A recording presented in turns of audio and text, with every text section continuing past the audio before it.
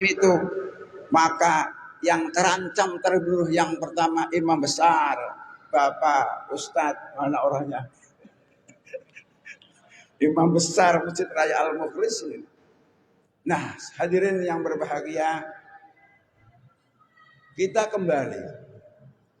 Saya mengutip dari Kiai Haji Bisri Mustafa, seorang budayawan muslim, bahwa rakyat Indonesia, orang Islam Indonesia ini, agama sudah menjadi budaya, Pak.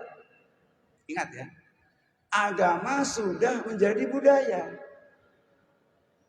Kita dari bangun tidur sampai mau tidur kembali, amalia kita, perbuatan kita, semuanya adalah berdasarkan kepada ajaran Quran dan ajaran sunnah baginda Nabi besar Muhammad Shallallahu Alaihi Wasallam. Sudah jadi kebiasaan. Saya ambil contoh. Bapak kalau kedatangan tamu pasti dihidangkan, dipaceti, ora ketang kopi, teh manis, aqua gelas, pisang rebus, tahu rebus, serba rebus, karena minyak gorengnya lagi mahal. Ini budaya kita. Kalau ada tamu maka dihidangkan. Tuan rumahnya nggak apal mana dalilnya menghormati tamu, nggak apal, Pak, nggak apal.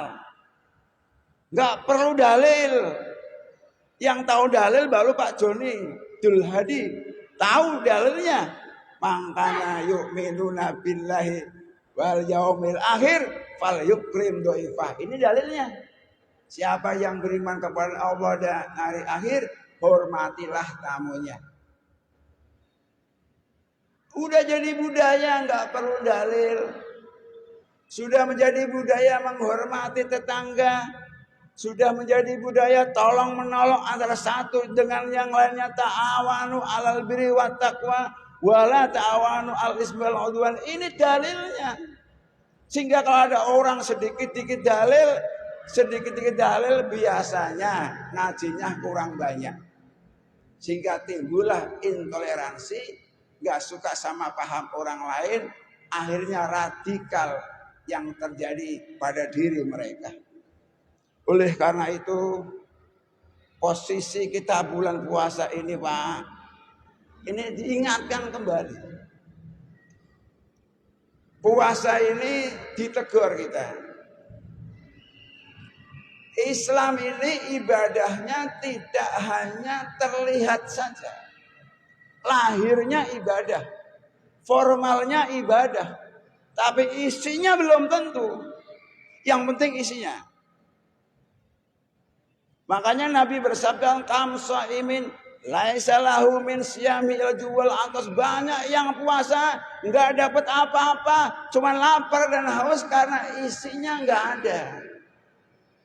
Isinya sembahyang nggak ada, isinya sedekah nggak ada, isinya zakat, pergi haji nggak ada, isinya puasa nggak ada.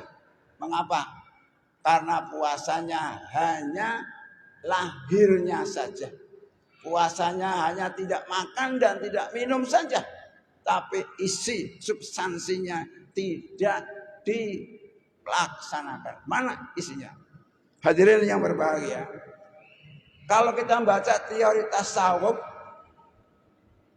unsur kemanusiaan itu ada dua. Namanya unsur nasut, yang kedua unsur lahut. Unsur nasut ini unsur kemanusiaan. Dan namanya manusia pasti cinta sama banda, itu pasti. Manusia berbohong, itulah manusia. Caci maki, berbohong, kebencian, ujaran kebencian, ini sifat manusia, Pak. Tapi ada unsur lahut, unsur ketuhanan, pengennya damai, pengennya simpati, pengennya membantu orang lain, pengennya ikhlas, pengen rendah hati. Sifat-sifat ketuhanan di bulan puasa dibakokan, dikekalkan. Sementara sifat manusia difanakan, dihilangkan.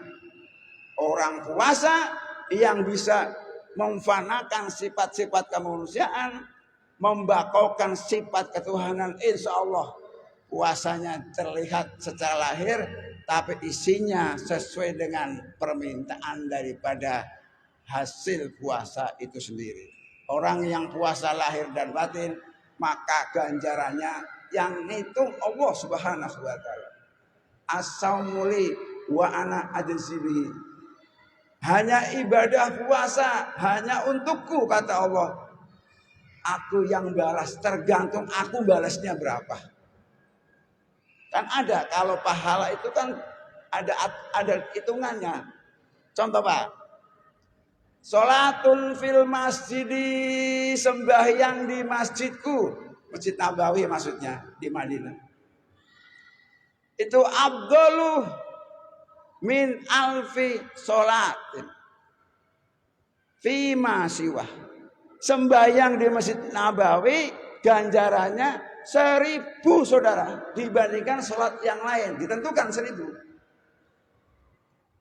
Sholatul fi Masjidil Haram, sembahyang di Mekah yang ada Ka'bahnya itu justru mi'ati alfi, 100.000 sembahyang di tempat lain. Jadi sudah jelas. Tapi kalau puasa enggak, yang ngitung puasa hanya Allah Subhanahu wa ta'ala. Oleh karena itu, situasi yang semacam ini kita khawatir, kita sedih kok masih ada orang yang ibadah tapi masih penuh dengan kebencian, penuh dengan kedengkian, sehingga terjadi perkelahian, pengeroyokan yang tidak sesuai dengan karakter dan budaya umat Islam. Sekian, semoga bermanfaat. Allahumma fiqh ila aqwamit thoriq. Wassalamualaikum warahmatullahi wabarakatuh.